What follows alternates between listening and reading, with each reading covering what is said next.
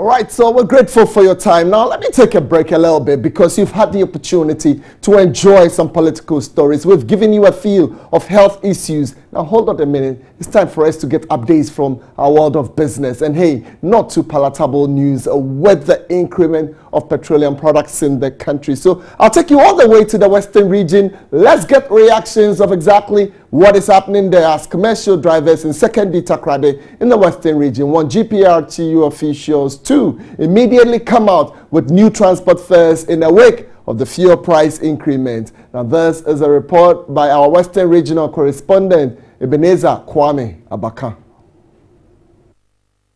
The 27% fuel increase has brought tension between drivers, car owners and motorists in the Sekondi Takrade metropolis.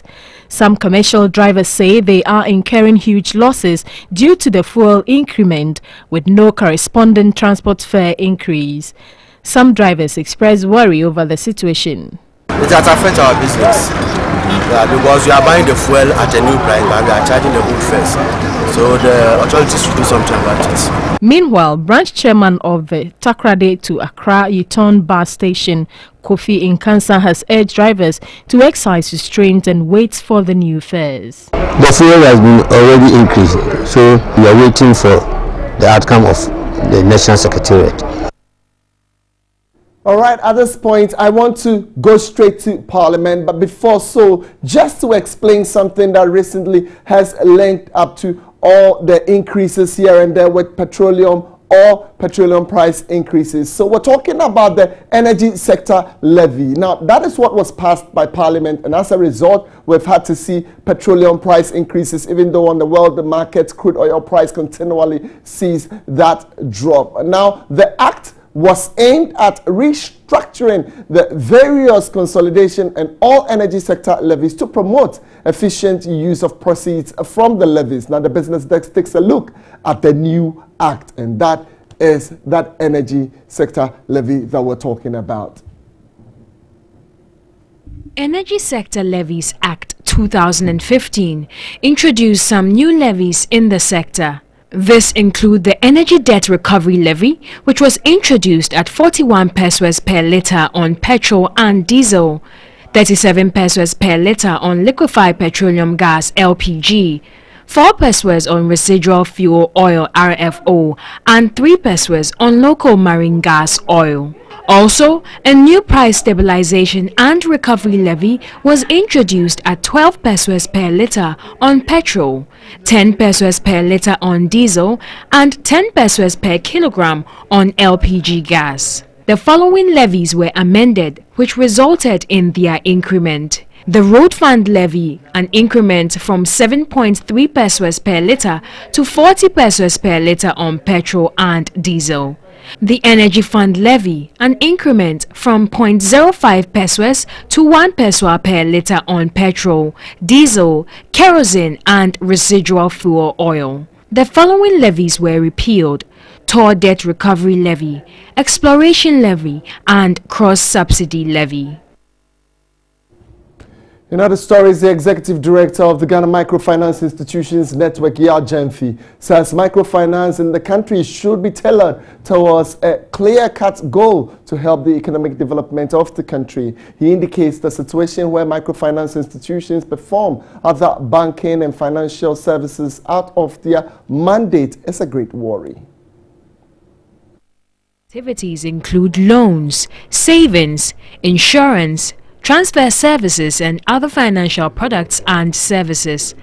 Per Bank of Ghana's directive, microfinance institutions must have 10% of their total deposit saved with a universal bank and 20% invested in government bonds or securities. They are also required not to grant loans more than 5% of their paid-up capital as unsecured loans and 10% for secured loan. Executive Director of the Ghana Microfinance Institutions Network, Yao Jemfi, says the sector has critical broad range of financial tools for the poor, but there are challenges. Those that have been licensed, that are collapsing, and then people losing their money. That has been the biggest challenge now. But you hardly see those at the informal level running away with monies anymore. The problem that we are having now much worse with microfinance companies, where some people have found their way into the system and they are just there to make profit, so they don't think about whatever happens.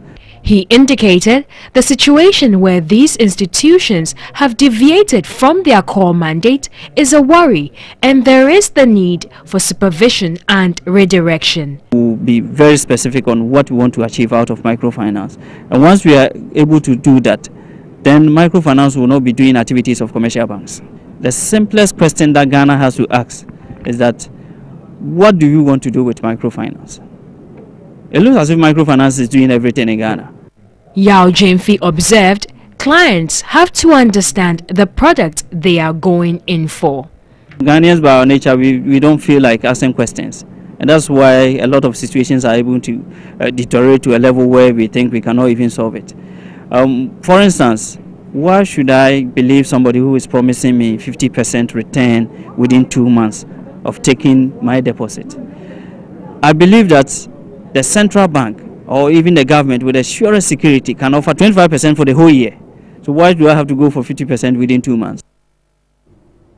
All right, so we're talking about microfinance institutions, and Yao Jemfi has been giving you all the updates there. But the Bank of Ghana has revoked temporarily license of 70 microfinance companies and money lending companies. So 70 of them and another money lending company. Now the central bank says the reason is for them failing to meet the conditions and precedence to the issuance of the final license being given to them. Now, the Bank of Ghana added that the companies, despite several reminders, including a notice on the 15th of January 2015, failed to meet the conditions that preceded the issuance of their final license. So 70 of them out. Another money lending company is also out. Maybe later on when we get the names, we'll just splash them on our screens. That's about it. My name is Kweku Tim, and it's always a pleasure coming your way with the latest updates of